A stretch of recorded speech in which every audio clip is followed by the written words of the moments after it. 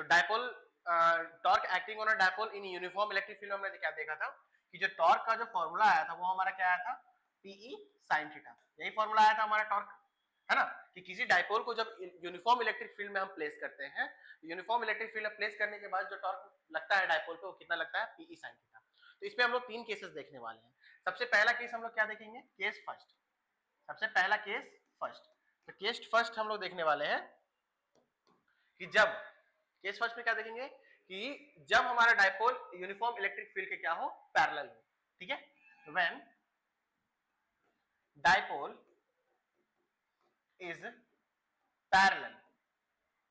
Parallel to uniform electric field. ठीक है, तो जब हमारा डायपोल यूनिफॉर्म इलेक्ट्रिक फील्ड के क्या हो, पैरेलल हो।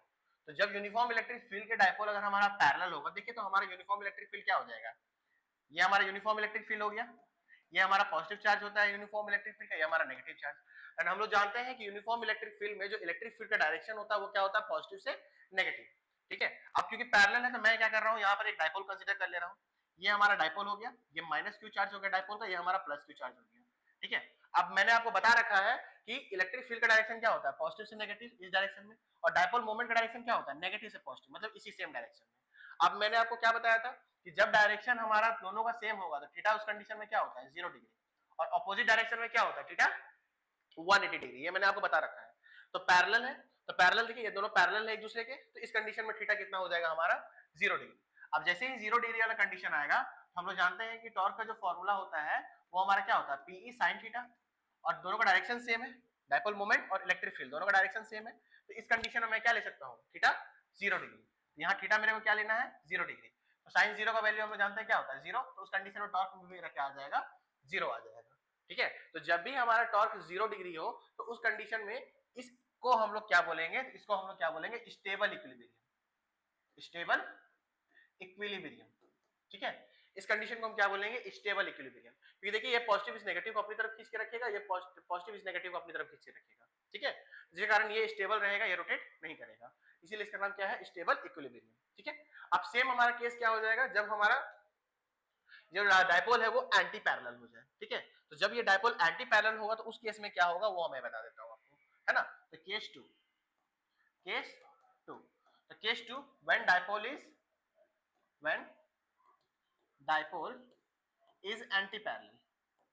Anti parallel. तो जब डायपोल हमारा एंटी पैरेलल हो, तो जब डायपोल हमारा एंटी पैरेलल होगा तो इस कंडीशन में देखिए एंटी पैरेलल का मतलब क्या है कि थीटा हमारा मतलब इलेक्ट्रिक फील्ड का डायरेक्शन पॉजिटिव से नेगेटिव हो, और उस कंडीशन में मेरे को इधर चार्ज के डायरेक्शन को क्या करना होगा, आपस में चेंज करना होगा। तो चार्ज के डायरेक्शन को अगर आप चेंज करोगे तो ये हमारा क्या हो जाएगा, प्लस क्यू हो जाएगा, और इस इधर वाले को मैं क्या ले रहा हूँ, माइनस क्यू ले रहा हूँ, इधर वाले को मैं ले रहा हूँ माइनस का क्यू। तो उस कंडीशन में, है ना, उस कंडीशन में उस कंडीशन डायरेक्शन डायपोल मोमेंट मेरा अब नेगेटिव से पॉजिटिव इस डायरेक्शन में हो जाएगा। तो देखिए आप यहाँ देख सकते हो कि इलेक्ट्रिक फील्ड का डायरेक्शन किधर जा रहा है, पॉजिटिव से नेगेटिव, और डायपोल मोमेंट का डायरेक्शन किधर जा रहा है, नेगेटिव से पॉजिटिव। तो देखिए ये दोनों एंटी पैरेलल हो गए एक दूसरे के।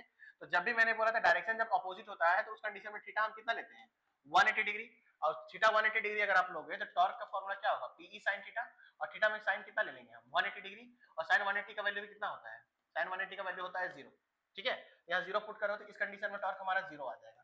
बट अब यहाँ देख सकते हो ये पॉजिटिव चार्ज इस पॉजिटिव चार्ज क्या करेगा, रिपेल करेगा, और ये नेगेटिव चार्ज क्या करेगा, रिपेल करेगा, जिसके कारण ये दोनों स्टेबल नहीं रहने वाले, डायपोल स्टेबल नहीं रहेगा।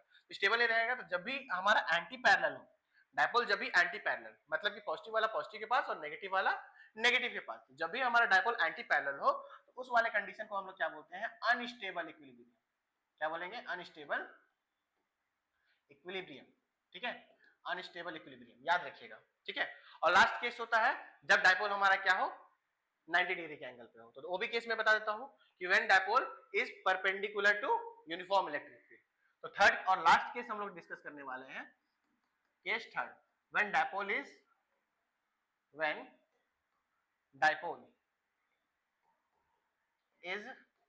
Perpendicular to uniform electric field. ठीक है, तो जब डायपोल हमारा परपेंडिकुलर हो तो ये हमारा यूनिफॉर्म इलेक्ट्रिक फील्ड हो गया, आप देख सकते हो। अब डायपोल को मैं कैसे प्लेस करूंगा, तो इसमें मैं डायपोल को 90 डिग्री के एंगल पे, ये माइनस क्यू चार्ज हो गया और ये हमारा प्लस क्यू चार्ज हो गया, एकदम परपेंडिकुलर में प्लेस कर रहा हूँ। ठीक है, ये पॉजिटिव चार्ज हो गया और ये हमारे इलेक्ट्रिक फील्ड का नेगेटिव चार्ज हो गया और यहाँ पर डायपोल मोमेंट का डायरेक्शन इस तरह से होगा और इलेक्ट्रिक फील्ड का डायरेक्शन देख सकते हो आप इस तरह से होगा। देखिए डायपोल मोमेंट का डायरेक्शन इधर है, इलेक्ट्रिक फील्ड का डायरेक्शन इधर है, तो 90 डिग्री का एंगल बन रहा है।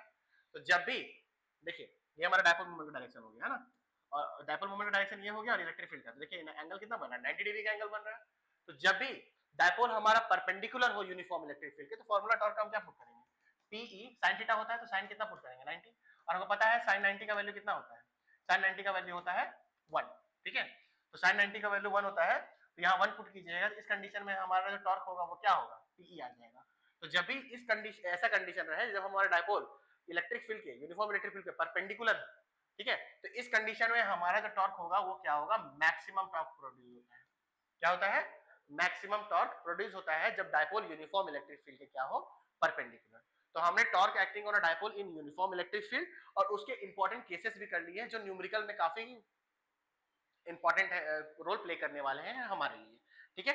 तो अभी के लिए यहाँ रखते हैं, नेक्स्ट टॉपिक में हम लोग वर्क डन के बारे में हम लोग डिस्कस करने वाले हैं ना, कि वर्क डन की किसी डायपोल में पोटेंशियल एनर्जी डायपोल का क्या होता है, वर्क डन हम कैसे निकालेंगे, उसके बारे में हम नेक्स्ट क्लास में डिस्कस करने वाले हैं, ठीक है। Thank you.